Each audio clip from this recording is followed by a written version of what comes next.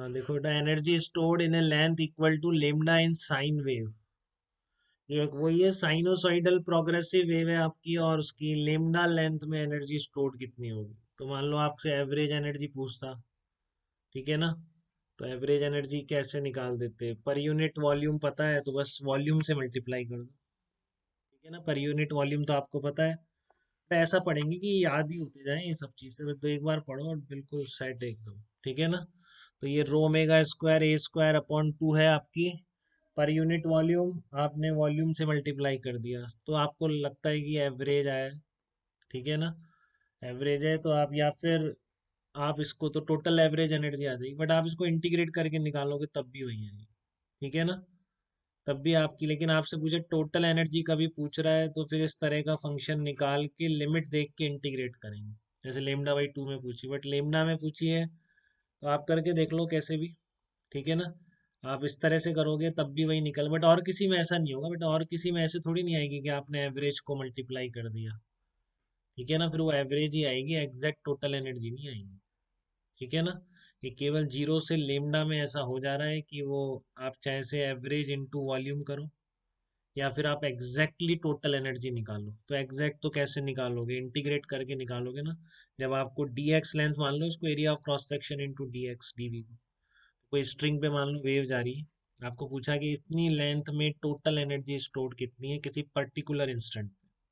क्या कह रहा हूँ मैं, किसी पर्टिकुलर इंस्टेंट पर टोटल एनर्जी स्टोर्ड कितनी है इतनी लेंथ में, तो आप क्या निकालोगे, वैसे ही निकालोगे। वेरिएबल एनर्जी स्टोर्ड है तो प्रॉपर मेथड तो यही है आपका, कि आप क्या करें, पहले डी एक्स लेंथ में स्टोर्ड निकाल लें, और फिर जहाँ से जहाँ तक वेरी करा रहा है उसको वेरी करा के इंटीग्रेट करके टोटल एनर्जी स्टोर्ड निकाल लें, ठीक है ना। क्लियर है, तो एग्जैक्ट मेथड तो यही है। लेकिन क्योंकि एवरेज जो हम लिख रहे हैं वो हर जगह कांस्टेंट थोड़ी नहीं है, किसी भी पर्टिकुलर टाइम पे, किसी भी पर्टिकुलर टाइम पे अलग अलग पोजीशन पे अलग अलग per unit volume energy stored है। इंटीग्रेट करके निकालोगे इसमें आंसर तब भी मैच कर जाए, ठीक है ना। इसमें इंटीग्रेशन प्रॉपर करोगे आप, जीरो से लेमडा और कॉस स्क्वायर को 1 + cos 2 थीटा का फार्मूला लगा के ये सब करके, वो भी आपका आंसर वही निकल के आएगा, ठीक है। तो आप इसको याद ही रख लो कि बिल्कुल energy stored in length lambda कितनी होती है, जो आपने एवरेज का फार्मूला निकाला है उसको केवल किससे मल्टीप्लाई करना है, area of cross section into wave length से मल्टीप्लाई करना है, अपने आप आ जाएगा, ठीक है। तो ये दो चार बातें बेटा क्लियर है इतनी, कि यूनिट वेव इसमें वेवलेंथ लेंथ के बराबर मीडियम में अगर साइन वेव चलेगी तो उसमें एनर्जी स्टोर्ड, ठीक है ना, एनर्जी स्टोर्ड कितनी होगी। तो ये कोई वैसा नहीं है कि एवरेज इनटू वॉल्यूम से निकालूंगा तब भी वही आएगा, या आप प्रॉपर एग्जैक्ट मेथड से करेंगे इंटीग्रेट करके किसी dx लेंथ में स्टोर्ड निकाल के, और सारे dx की एनर्जी को ऐड कर देंगे किसी पर्टिकुलर टाइम पर, तो भी आपकी एनर्जी स्टोर्ड वही निकल के आएगी, ठीक है ना। तो इसको आप यूज कर सकते हैं, बट आपसे पूछे लेमडा बाई 2 में तो फिर वो एग्जैक्ट एक्सप्रेशन नहीं होगा, रो omega square A square by 2 into S lambda by 2, ये नहीं होगा, ठीक है ना।